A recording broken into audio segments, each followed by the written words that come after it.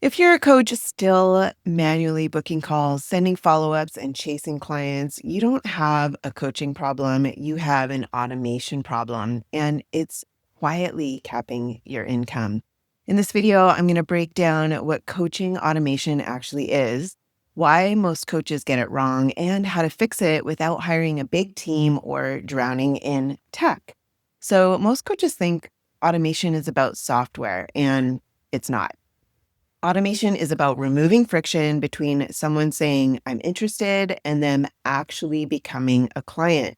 And when that gap is manual, slow, or confusing, you're leaking money every single day, even if your content is good and people like you.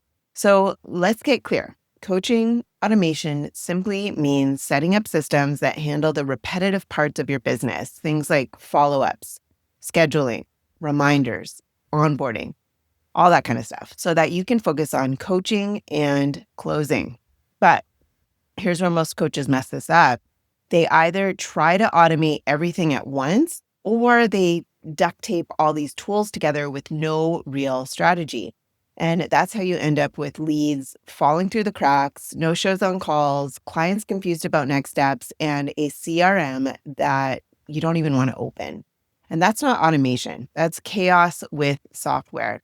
And the right way to approach coaching automation starts with one simple question. What's the next logical step for this person? At the minimum, every coaching business needs automation in 3 areas. So the first one is lead follow-up. If someone opts in, they fill out a form, or they message you, they should hear from you instantly, not hours later, and definitely not tomorrow. And when I say instantly, I mean like within a minute, because there's a 400% higher chance of a meaningful conversation that happens within that minute time. If you wait, people get distracted. Everybody's so busy these days, and they just, end up doing something else, forgetting about it. So speed is king. The second thing is booking and reminders. So automated confirmations, reminders, and reschedules alone, right? That can dramatically reduce no-shows. And the third thing is the client onboarding. So when you bring somebody on, when someone says yes, the experience should feel seamless and professional, not confusing, not clunky, not done manually. So when these 3 things are automated properly, 2 things happen. Your income becomes more predictable, and your time suddenly opens up as well. And that allows you to do things that you really love to do, whether that be going deeper with your clients, whether that's having self-care time so that you can be your best self to serve others, or, have fun with your friends, family, whatever. Just so, you got to have that balance. And here's the part that most people miss. Automation doesn't replace relationships. It protects them. It makes sure people don't fall through the cracks just because you were busy being a human being.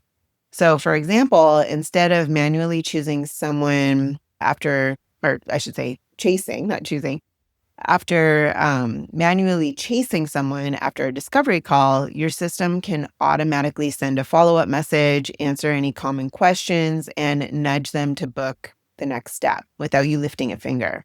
And that's when coaching automation actually works. So if you're a coach, consultant, expert, have a service-based business, and you feel like you're just doing too much manually, automation isn't optional anymore. It's the difference between scaling and burning out. So drop a comment here below and tell me this. What is the one part of your business that you wish was automated right now? I read and reply to every single comment. So do that here. And if that was helpful, please give it a like and subscribe to my channel. I talk about all these different ways to systemize and scale your business so that you can have time and money freedom. So if that was helpful, we will see you on the next one.